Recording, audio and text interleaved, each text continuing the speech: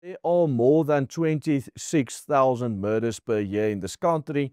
Less than zero point 0.1, that is right, less than zero point 0.1 of murders in this country are xenophobic murders.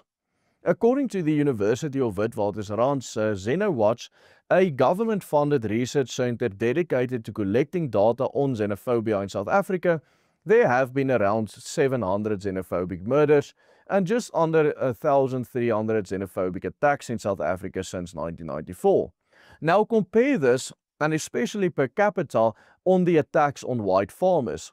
According to the data, there have been just over 4,000 farm murders in this country since 1994. This is almost 6 times the amount of xenophobic murders.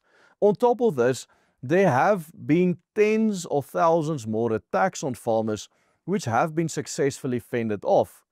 And consider the per capita as well.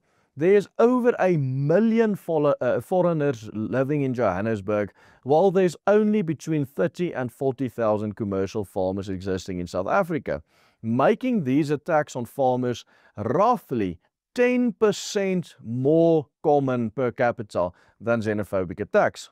And consider that this figure does not even take into account racially motivated murders of white South Africans in the cities. Yet, all we hear from the South African government is a complete and utter denial that there is any problem. In fact, the very same President Cyril Ramaphosa, who condemns xenophobia on a weekly basis in the strongest of terms, goes to the United States and has the audacity to lie to the face of the most powerful man on the planet by claiming that there are no farm murders in South Africa. We were seated together at the lunch table, so we never really got time to talk about the tweet. It was just an opportunity to shake hands, to say how are you and all that. But on the tweet itself, he was clearly misinformed.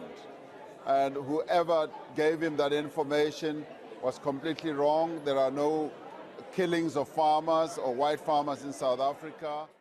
Ramaphosa condemns attacks on foreigners in the strongest possible terms, even though they are 10 times less common than farm attacks, but then refuses to condemn the chants by members of the South African Parliament calling for the slaughter and genocide of white people. It is high time these blatant inconsistencies and downright lies are exposed for what they truly are. If Ramaphosa sincerely believes that xenophobic attacks, which accounts for less than 0.1% of South Africa's annual murders, are a national emergency worthy of repeated official statements, press briefings, specialized task teams, and human rights condemnations, then his total silence on the far greater number of white and especially Afrikaner farmer victims can only mean one of two things. Either he accepts Trump's central claim that the targeted killing based on identity is a human rights crisis amounting to genocide, or he is simply guilty of selective outrage, implying that some lives in South Africa are simply deemed less worthy of protection. And if the latter is the case, then he is not only acting against the South African Constitution, which he as the head of the state has sworn to uphold, but also makes himself guilty of the denial element, which is part of the central definition of a genocide.